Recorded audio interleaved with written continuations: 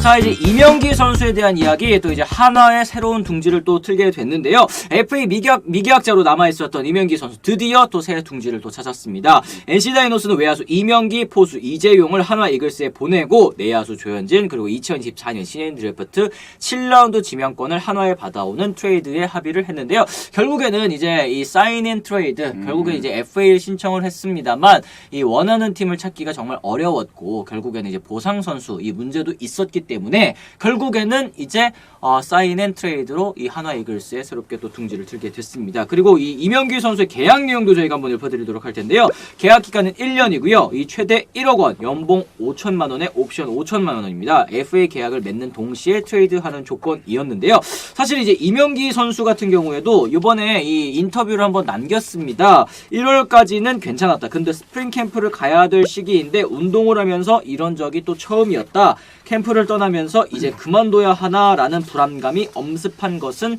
사실이다 라고 이제 얘기를 했는데요. 사실 이번 트레이드 이 이명기 선수가 한화 이글스의 둥지를 틀면서 이제 외야 한 자리 또 차지할 수 있게 되지 않았습니까? 뭐 이제 경쟁은 당연히 이제 필수 불가결한 것이기는 합니다만 어떻게 좀 보시는지 궁금합니다. 계약 당일날 통화했어요. 계약 당일날 명기랑 이제 통화해서 그 다음 날인가 일본 그 2군 캠프로 이제 합류를 해야 된다고 그러더라고요. 어떠냐 했더니만 사실 좀 손을 좀 놨었대요. 왜냐면은 캠프가 진행된 시점이었기 때문에 그렇죠. 이거는 좀 어렵겠다 이런 생각으로 11월, 12월은 기대가 굉장히 컸고 네.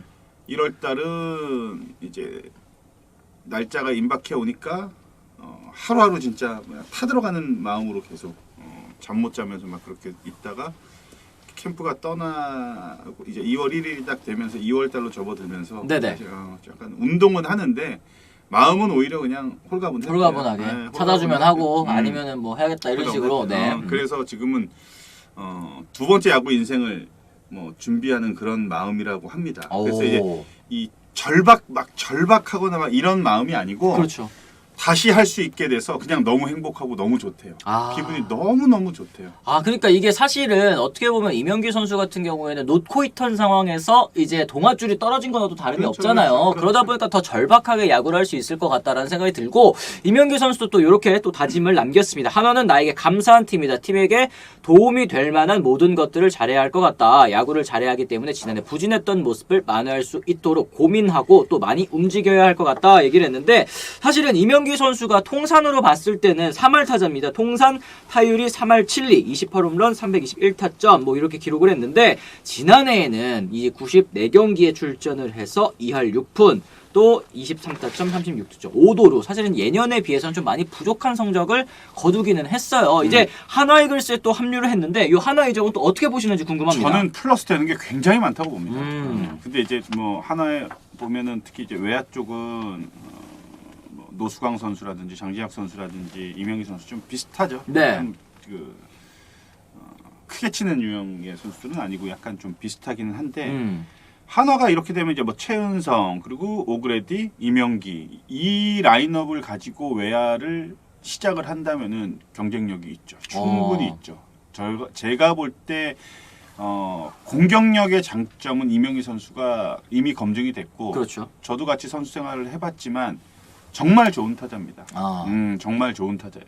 분명히 공격에서 한화 이글스에 많은 공헌을 할 겁니다. 저는 진짜 확신해요. 맞습니다. 그러니까 한화 이글스가 사실은 그동안 이제 젊은 선수들에게 또 리빌딩이라는 이름 아래서 또 기회를 많이 줬었는데, 이 이명기 선수 어쨌든 지금 뭐 채팅창에서도 나왔듯이 나이도 이제 36살, 이제 베테랑 아니겠습니까? 이제 선수 생활 이제 거의 이제 마무리를 지어가는 그런 이제 과정에 있다고 생각을 할 수 있을 텐데, 한화에서 또 마지막 불꽃을 또 태우고 또 젊은 선수들, 젊은 외야수들에게 본인이 가진 또 노하우를 전수해 준다면 또 큰 도움이 될 것 같다라는 생각이 좀 드는 것 같습니다.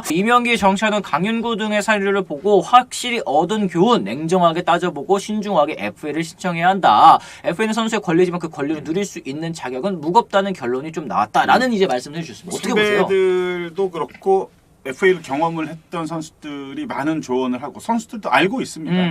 알고 있음에도 불구하고 하는 이유가 다 똑같은 대답이에요. 선수의 권리.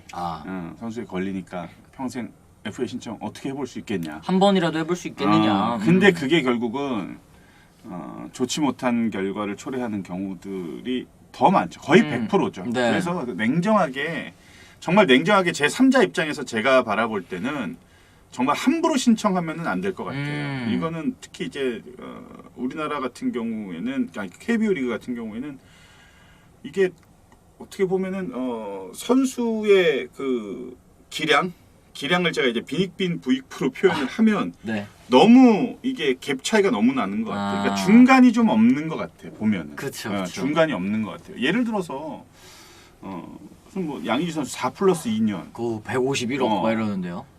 또 누구 있었지? 6+2년인가? 4+3년인가? 박민우가 최대잖아. 7년이나 8년짜리. 8년짜리. 네.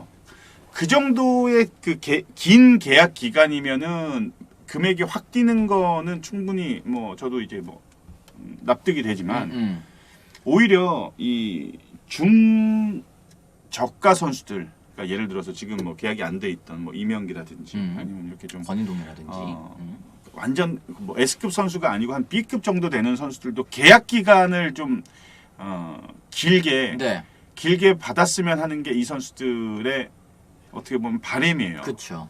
그러니까 막 C급, D급인 선수들이 그렇게 생각하면 그거는 도둑놈 심보인 거고, 돈을 많이 받는 계약 기간 적은 것보다는 만약에 예를 들어서 뭐 4년에 10억 이런 것도 해줄 수 있잖아. 그렇죠? 예를 들어 뭐 계약금 2억에 연봉 2억씩 해가지고 4년 뭐 10억 이렇게도 해줄 수 있는 뭐 그런 거니까. 근데 이제 그런 거는 어떻게 보면 선수하고 에이전트가 구단하고 정말 잘 풀어야 될 문제인 것 같아요. 그러게요. 맞습니다. 지금 이제 이명기 선수, 근데 이런 의견들도 있어요. 이 KOR님이 너무 후려친 거 아닌가. 물론 나이도 있지만 명색이 3할 타자고 또 교타자인데 이런 의견. 그러니까 이게 연봉이 5천만 원, 옵션 5천만 원이면은 사실은 계약 기간도 또 1년이잖아요. 이제 내년에 또 다시 연봉 계약을 하기는 하겠습니다만 이제 활약에 따라 달라지긴 하겠습니다만 어쨌든 FA 신청한 게 거의 크게 의미가 없는 정도의 또 계약이다라는 이제 생각하시는 분들도 계신 것 같아요. 이번 올 시즌에 지금 뭐 강리호 선수나 정찬원, 이명기, 뭐 권희동 이런 선수의 사례를 봤을 때 내년에 FA가 되는 선수들이 고민이 아마 더 깊어질 겁니다. 왜냐하면은 경험을 했고 눈으로 지켜봐왔기 때문에 함부로 할 수가 없는 거죠. 그러니까 이거는 구단하고 소속 구단하고 뭐 시즌 한 말미쯤 돼가지고 풀어야 될 숙제인 것 같아요. 그리고 구단이 대화의 창을 열어줘야 된다고 봅니다. 네네네. 이제 선수가 지금 제가 이제 거론했던 4명의 선수 같은 경우에는 어떻게 보면 완전히 을 입장이죠. 네. 완전히 을 입장이니까 이 선수들은 어떻게 해서든 선수 생활을 더 길게 가져가고 싶으니까 그러면은 FA를 신청을 하겠다 이게 아니고 구단하고 먼저 좀 자리를 해서 나는 선수 생활을 더 하고 싶은데 구단의 생각은 일단 어떠냐. 그러면 이제 구단이 얘기를 할 건데 우리는 이제 뭐 리빌딩을 해야 되고 뭐 젊게 가야 되기 때문에 사실 큰 그건 없다. 그러면 이제 구단이 대신에 그러면은 나는 더 하고 싶으니까 구단이 제시해 줄 수 있는 조건이나 이걸 나한테 제안을 해달라. 들어보고 그렇죠. 이런 식으로 이제 풀어 가야 되지. 그냥 FA 신청 날짜만을 기다리면서 그냥 FA 채웠다고 해가지고 신청서 딱 냈는데 몇 개월 동안 아무 말 없다가 이제 와가지고 계약 기간 1년에 뭐 5천에 옵션 5천 막 이러면은 좀 그렇잖아. 이거는 선수도 기대를 많이 했을 텐데. 그러니까 네. 무작정 기대할 문제가 아니라는 거죠. 이제쯤 이제 선수들도 신청하는 데 있어서 조금 더 신중해야 될 것 같고 또 구단과의 또 사전 좀 교감도 필요할 것 같다 이런 말씀을 해주셨고요. 아무래도 이제 샐러리 캡 때문에도 옛날처럼 선수가 생각 없이 낮은 등급의 선수가 FA 선언하면 문제가 될 수 있다. 다 먹었다님이 또 얘기를 해주셨고 결국에는 그리고 이 술 파문, 이 술자리 파동 사태에 대해서 또 얘기를 하시는 분들도 계십니다. 이게 많이 떨어진 것 같아요. 또 이렇게 해주셨고 권리에는 의무도 있는 건데 의무는 안 했잖아요. 선수로서의 윤리를 또 저버리는 행동 그건 어쩌고 얘기를 하셨는데 이런 부분도 확실히 또 구단 입장에서는 부담이 또 될 수도 있었을 것 같다라는 말씀 좀 드릴 수 있을 것 같습니다. 그리고 여기에 또 이런 말씀도 또 해주셨어요. 선수의 권리를 찾으려다가 권리만 찾고 선수 딱지를 떼어버릴 수도 있는 신청이다. FA 신청이다. 서영님께서도 말씀을 하셨는데 팩트입니다. 그러게요. 진짜 팩트입니다. 네.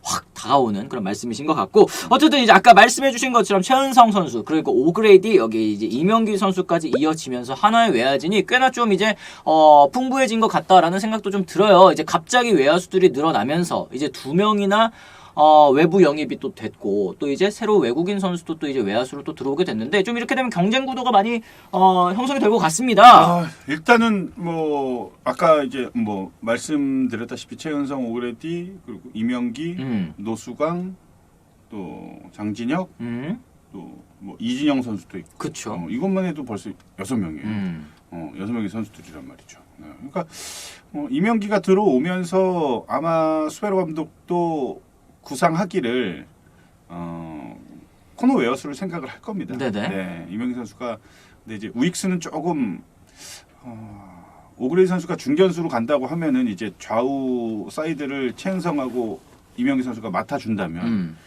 이게 송구력이 이명기 선수가 조금 떨어지거든요. 그렇죠. 어깨가 조금 약해가지고 네. 그건 이제 뭐 수베로가 이제 알아서 풀어야 될 네. 숙제인 거고 외야는 딱 봐도 좀 경쟁력 있어 보이지 않습니까? 그렇죠. 그러면 네 이명기 선수 제가 볼 때는 부상 없이 좀 시즌 잘 치른다면 2할 8푼 이상은 충분히 때려낼 수 있는 선수입니다. 그렇습니다. 네. 그렇습니다. 어쨌든 지금 이제 한화에서는 뭐 지금 교타자다, 뭐 생산력이 좀 부족하다 이런 얘기를 하시는 분도 계시지만 일단은 치고 나갈 선수가 좀 필요하다라는 생각도 좀 들기 때문에 확실히 좀 이명기 선수의 합류가 도움이 될 것 같다라는 말씀 좀 드리고요. 한화전 이 외야진 이 수비에 대해서 걱정하시는 분들도 계시는 것 같아요. 어쨌든 이제 최은성 선수도 그렇겠대 수비가 좋은 타입은 또 아니다 보니까 이런 말씀하시는 것 같은데. 하나의 수비는 뭐 항상 얘기하죠. 네, 항상 얘기하죠. 네, 네. 문제가 많다. 네. 항상 문제가 많다. 이건 뭐 수비 코치의 부족함? 뭐 아예 얘기를 안 할 수는 없겠죠. 네. 아예 얘기는 안 할 수도 없는데 기본적인 수비가 좀 많이 떨어진다. 이거는 지금 몇 년째 지금 계속 뭐 말씀드리고 있지만 나고다 TV님이 이명기 안치홍 수비 비교 가능할까요 하시는데요. 수비는 내가 훨씬 낫지 명기보다. 이명기 선수보다는 이제 낫다. 훨씬 낫지. 알겠습니다. 어깨는 내가 알겠습니다. 훨씬 낫죠.